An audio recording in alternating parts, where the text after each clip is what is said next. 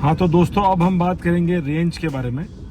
जब भी आप कोई भी ईवी कार खरीदने जा रहे हो और जो कंपनी आपको रेंज क्लेम कर रही है उस पर कितना भरोसा करना है नहीं करना है, वो आज सारी चीज़ें समझेंगे। तो दोस्तों, जब भी हम ईवी कार लेने जाते हैं तो हम रेंज सबसे पहले देखते हैं। जब मैं ये टाटा पंच ईवी देखने गया था लॉन्ग रेंज, तब कंपनी ने क्लेम किया था 35 किलोवाट आवर का बैटरी है और 350 किलोमीटर्स का रेंज इसमें मुझे आएगा। ये देख के मैंने गाड़ी परचेस करी है।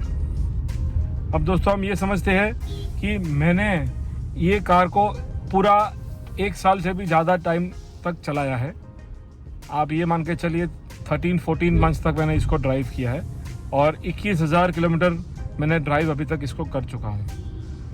अब जो मैं सारी चीज़ों को ऑब्जर्व नोटिस करके मैं आपको ये बताऊंगा कि आपको किन किन चीज़ों के बारे में ध्यान रखना है और फिर आपको डिसीजन लेना है कि आप ईवी खरीदे कि नहीं खरीदे। सिर्फ कंपनी क्लेम कर रही है वो हिसाब से अगर आपने परचेस गाड़ी करी है तो शायद आपको बाद में प्रॉब्लम आ सकती है।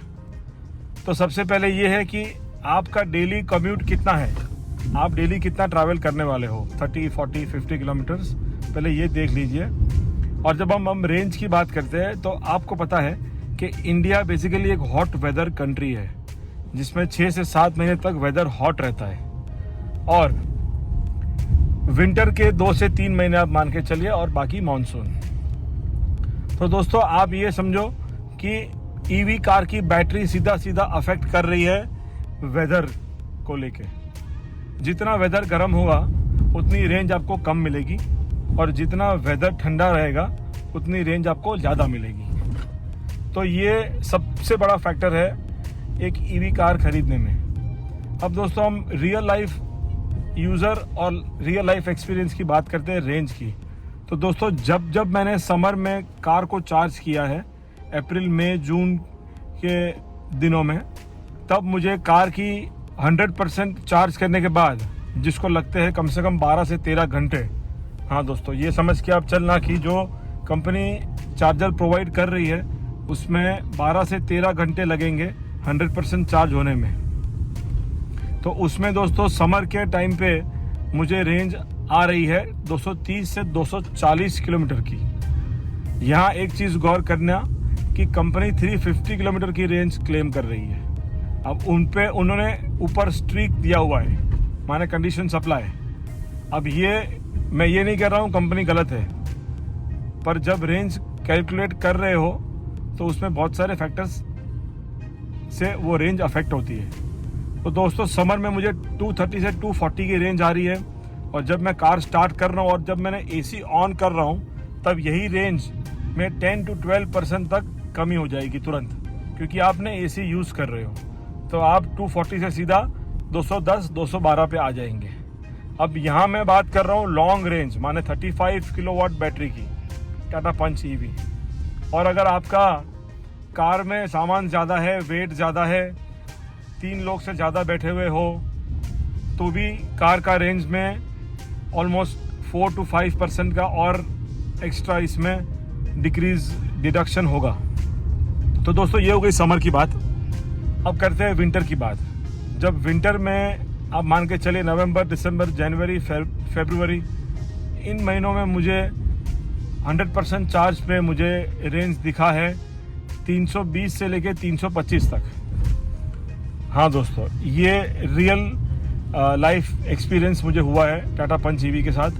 325 तक का रेंज मुझे दिखा है और उसमें भी जब मैं एसी कर रहा हूँ तो फिर से 10% से 12% तक का डिडक्शन होकर 295 तक का रेंज आ रहा है। अब ये हो गई दोस्तों समर और विंटर की बात। अब एवरेज जैसे कि मानसून हो गया या मीडियम क्लाइमेट वेदर है तो आपको 240 और 320 के बीच की रेंज आएगी।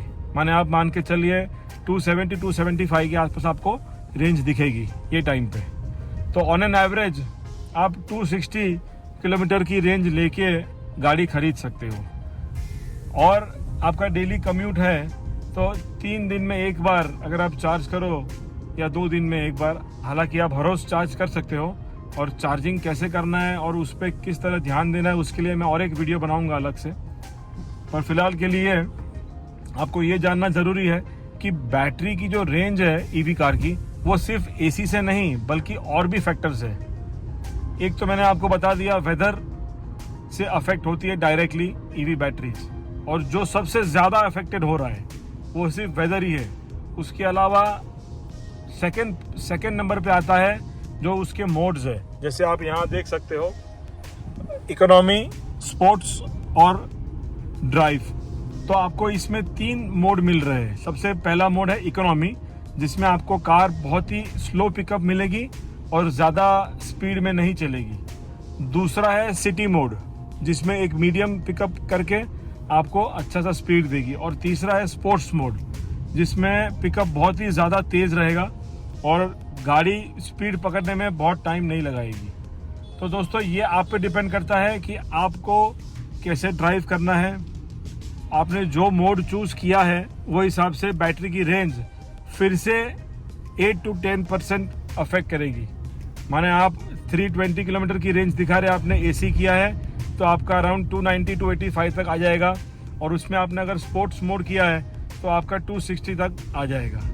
तो दोस्तों, ये सारे फैक्टर्स हैं जब आप एक ईवी कार ले रहे हो और ईवी की रेंज की आप बात कर रहे हो। और अगर आप इसे फ्रीक्वेंटली चार्जिंग करने के हेडेक से बचना चाहते हो तो आपको वाकई में एक लॉन्ग रेंज कार खरीदनी चाहिए, और ये सारी चीज़ें को ध्यान में रख के आपको अपनी गाड़ी ड्राइव करनी चाहिए। और आपको कोई भी क्वेश्चंस हो इसके बारे में तो आप मुझे कमेंट सेक्शन में लिख सकते हो। मैं तुरंत आपको उसका रिप्लाई करने का ट्राई करूँगा। Thank you.